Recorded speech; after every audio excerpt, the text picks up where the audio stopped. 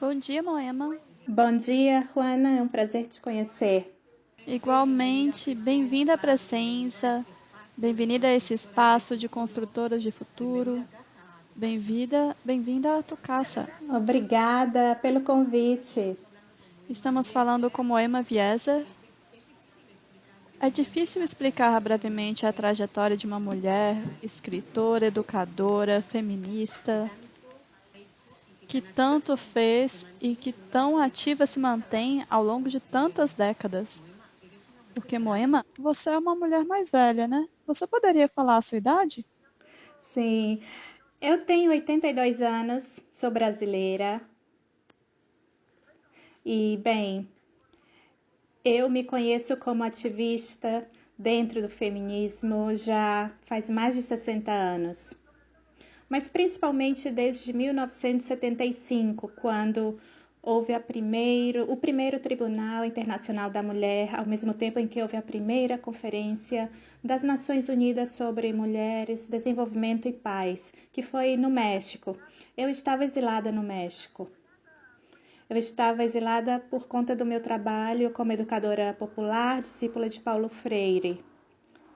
E eu estive presente aí, tive a oportunidade também de conhecer uma mulher que vinha das minas de estanho da Bolívia.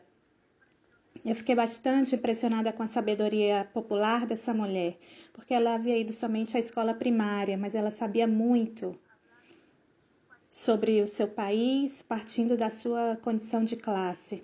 E bom, foi a partir desse evento que pouco a pouco eu fui me envolvendo com as causas feministas. Eu escrevi o livro intitulado Se Me Deixam Falar. Esse livro foi traduzido a 14 idiomas e se transformou em um instrumento de comunicação popular. Só um momento, Moema. Para quem não conhece, o livro de que Moema está falando e que ela escreveu conta a história de vida da boliviana Domitila Barrios. E é o livro mais editado, depois de certos livros religiosos, na Bolívia. Sim, desde um princípio me pareceu interessante trabalhar toda essa dimensão nova que o feminismo trouxe e que abriu para a humanidade. Então, foi um desafio e também foi um risco entrar em alguns ambientes mistos, mas principalmente masculinos, sindicatos e igrejas. E sempre com essa possibilidade do trabalho a partir da educação popular. Nós fizemos bastantes coisas e seguimos ainda. Eu acredito que algo que me ajudou bastante a progredir foi toda essa reflexão e a prática do ecofeminismo. Isso também me ajudou bastante a perceber toda essa dimensão tão forte que as mulheres trouxeram, que é a importância de voltar a pensar e a repensar da maneira como se tem tratado a reprodução da vida, que foi algo deixado de lado, algo que hoje em dia só importa seja a produção dos bens, dos serviços, que são as coisas que traziam as pessoas aos espaços de poder econômico, político, religioso, sempre ocupado por homens. Nós temos bastante coisa que foi falada, escrita, declarada, mas é difícil realmente colocar isso em prática. Você viu isso que ocorreu com esse senhor do Banco Santander que morreu sem poder respirar? Ou seja, são coisas que nos levam a repensar todo esse modelo de hegemonia que nós temos, que colocou a economia acima de tudo que se faz, tudo que se decide sobre a nossa vida em sociedade, sobre a maneira como se usa e abusa dos bens comuns da natureza. Eu acredito que as mulheres colocaram isso em evidência. Você abriu vários temas. Então, Vamos voltar um pouquinho mais atrás. O que te levou a se transformar numa ativista? A trabalhar por tantas causas, não apenas em causas feministas, mas também em temas ambientais de povos originários. Que experiência pessoal te levou a se transformar e a se manter durante tantas décadas no ativismo?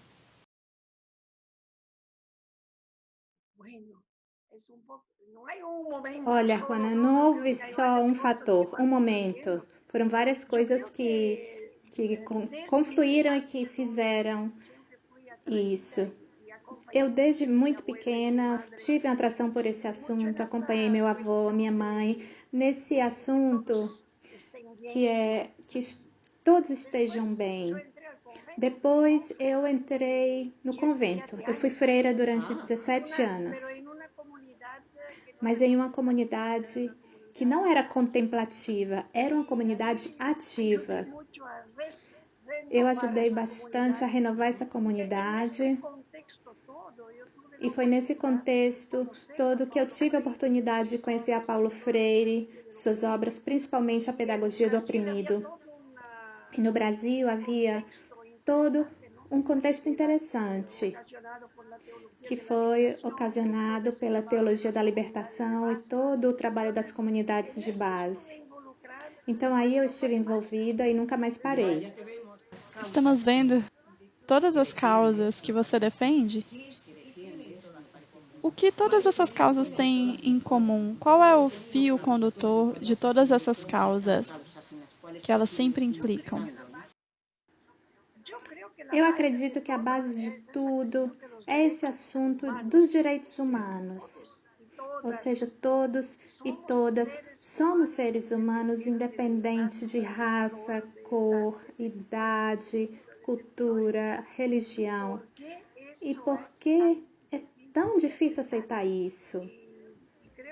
Eu acredito que a gente se compromete a partir de um certo grupo, mas no final tudo isso está junto. Por exemplo, trabalhando a partir do feminismo, nós vimos toda a evolução que houve. O começo do movimento era mais com mulheres de classe média, profissionais, mas logo com a educação popular nós conseguimos fazer um trabalho muito amplo, principalmente nas periferias da cidade, e depois as mulheres organizadas no campo, por exemplo, as do Movimento Sem Terra, vão criando sua maneira própria de ser feministas, a partir da sua realidade. As mulheres negras também nos trouxeram muitos elementos do que é a sua compreensão. E outra coisa que me dá muita alegria hoje é ver como estamos aprendendo a partir da reflexão das mulheres indígenas. Ou seja, é algo que vai se unindo. E eu acredito que se começamos a partir de outro movimento, por exemplo, do movimento negro, ou qualquer que seja o começo desse fio, ele vai nos levar a olhar todo o carretel, digamos, todo o eixo que está por trás disso. É importante ter isso em consideração. Nós estamos em um momento de ver como tudo isso converge, que tudo isso tem um substrato comum e que nós temos que aprender bastante. Como podemos aprender a trabalhar de uma maneira mais holística e mais sistêmica? É um grande desafio para o momento atual. Claro, com respeito ao tema da convergência, do trabalho em redes,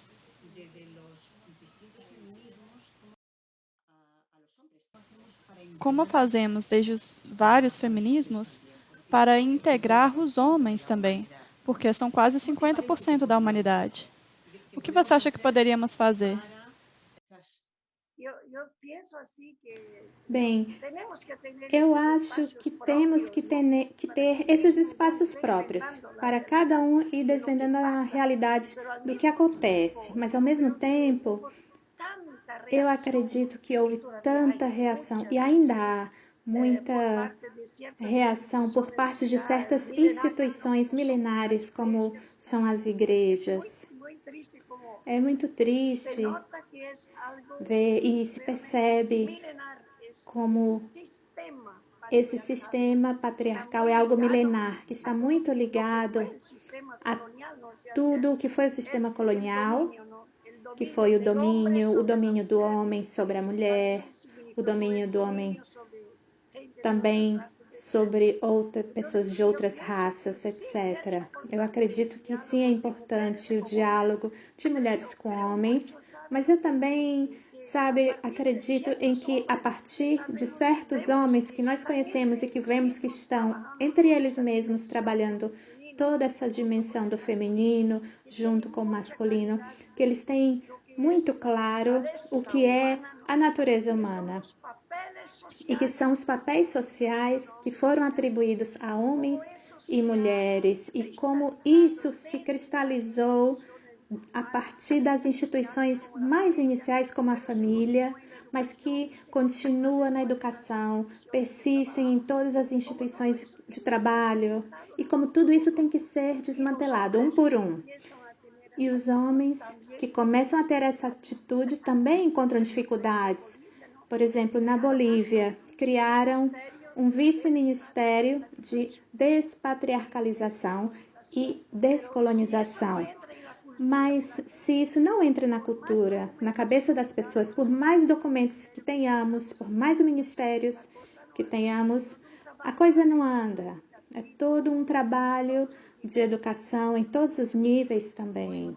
Que elementos, então, sintetizando, que elementos você acha que seriam imprescindíveis para esse futuro?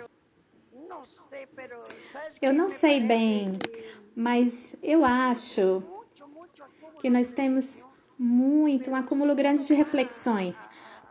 Mas se vamos, ao final de tudo, vemos uma mudança total que deve ser feita na relação entre o ser humano com a natureza. Como colocar a economia, a abundância que existe ainda, a serviço da vida e não como colocar o mercado como o fator mais importante de tudo. Os estados não dão conta mais disso porque são algumas grandes empresas que controlam os estados, que mandam inclusive lá nas Nações Unidas. Isso é algo grandioso, o que a gente vive atualmente na história da humanidade.